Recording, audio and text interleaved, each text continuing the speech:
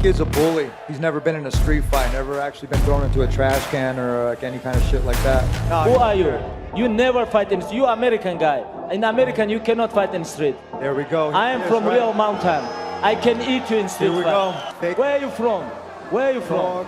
Where are you from? For I'm example. from Oxnard, bitch. Okay. Not much is known about Tony's biological father. My dad wasn't there in the picture. But shortly after he was born, his mother married a Scottish-American man, Armand Ferguson. I took my stepdad's this time, and he was there since I was little. And I ended up moving to Michigan. My stepdad, he moved me out there. You know, I grew up on 40 acres, so... That's crazy, yo. I got trained in the military, so it was a little bit different, man. You know, so I had to cut cords of wood. A cord of wood is like a stack of wood. And so we had to do that, and then we had to stack wood in the basement. The hard labor that his father put him through would plant the seeds for the unconventional training methods that Tony would be known for all his life. And so You got the discipline and everything. So he did it on purpose. I'm gonna raise you this way, so that way you know exactly what you don't want to do. And I've always been a fighter since I was little, and I've always had the support of my family, and that just makes it just a killer combination. But outside of his family, Tony found himself isolated from others. Coming from like seeing a bunch of brown people to like, you know, being like a hillbilly town, you know. I got picked on a lot. And unfortunately, I was known as the little Mexican with big ears. It was kind of like you had to find your way in order to go overcome that. Mine was sports. And one sport in particular showed him a path toward greatness. For me, being little, I always wanted to be boxer. You know, I have, you know, like Fernando Vargas, Oscar De La Hoya, and you had like Trinidad, and you had a lot of these different boxers that were there, and I was just like, man, I want to be that guy, you know? They just had like a different aura about them, just a personality that you just like, man. So if I didn't have that visual to see what it was like, I would have never been able to get there. But I had people create that visual for me. I bought a speed bag when I was about 15 years old. So it was always watching movies, and I had a speed bag, hitting a speed bag until I was 15. I won nationals in college for wrestling. I won state in high school. We won state for football. We were 27-1. I love competition. Competition saved my life. But Tony ends up dropping out of college and starts working as a bartender. He slowly starts drifting away from the vision he had set for himself. When I weighed about 205 pounds. See, I can't believe that. I was about 205 pounds. I was smoking cigars, wasting money on stupid shit, stupid stuff. Right. It just wasn't me anymore. So I was like, you know, I'm gonna go back to California where my family's at. And I go into this bar with my cousin. I was looking for a bartending job. I go in there and he's like, no, we don't have any bartending spots open. He's like, you want to be a security guard? You look like, you know, you can handle your business with your ears. And I said, nah, I'm not interested. The man wouldn't give him a job, but he did change his life forever. He hands me a West Coast Jiu-Jitsu card. I looked at the card and I was like, you know what, I'm gonna go. I walked right in. Had holes in my jeans, I had a cut-off t-shirt, looked like fresh off the boat. And this guy comes over, his name is Refugio. He said, where's your gloves, kid? I said, I don't have any, I was using the ones in the Lost and Found. He goes, turns around, he comes back, and he had a brand new pair of ringside boxing gloves. And mind you, I had like maybe $5 to my name. He's my grandma's card, and he gives me these gloves. And it was the coolest thing that anybody could have ever did to give me the tools that I needed to get into fighting.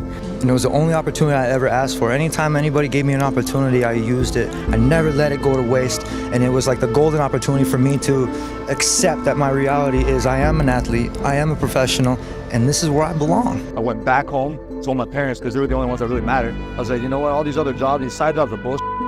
If I'm an athlete, I'm a professional athlete. Tony called himself a professional athlete before he actually was.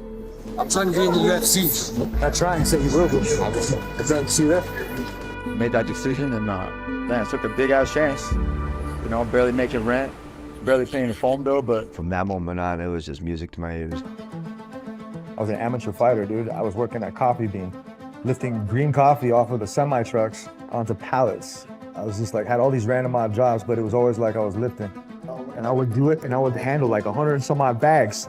Doing this, and I was getting beefy. Tony hears about the UFC's reality show, The Ultimate Fighter. I'd never watched the show.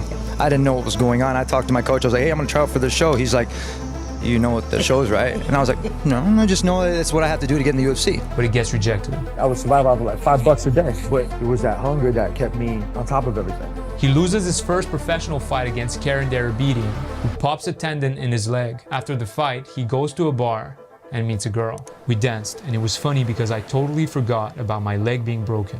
She turned my world upside down.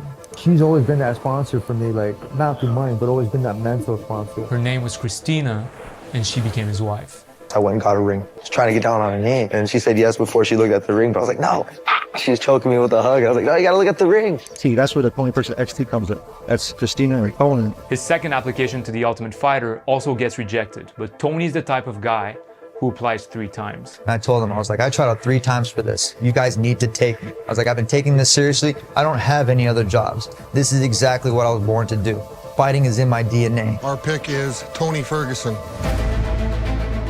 My nose is always in the gym, and this is my passion. This is very important. My mom called me Mr. Destiny.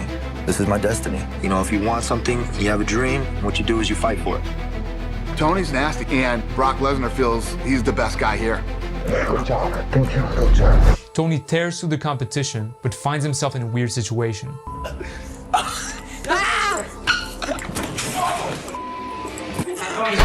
Tony, don't start a fight. Are you getting serious? You good? Are you good? He's looking at you. Are you really getting serious? Tony? Look at me. Be nice. Look at me. But then you see somebody's true colors when they start drinking, and Tony's definitely got way out of hand. Where's your kid at? Clean it for you. Where's your kid at? Tony, you know, bringing up my son was definitely below the belt. Back then, his teammate Charlie Rader was in a custody battle. You don't talk about another man's son. Where's your kid at? Don't say it. Hey, where's your kid at? Don't say it. Tony, relax, dude. Shocked at Tony that he switched like that, so it's completely another person. Most of Tony's journey is incredibly inspiring, but this is the trickiest part to discuss. You're the only motherfucker that ever said something that you shouldn't. Where's your son? Are you kidding me? Are you kidding me? He's definitely an angry drunk and can't handle his alcohol. And me personally, I've lost a lot of respect for Tony. This isn't the first time that I've been on by myself. And regardless if I do or don't have a problem, or if I have an anger or not an anger problem, that's my choice.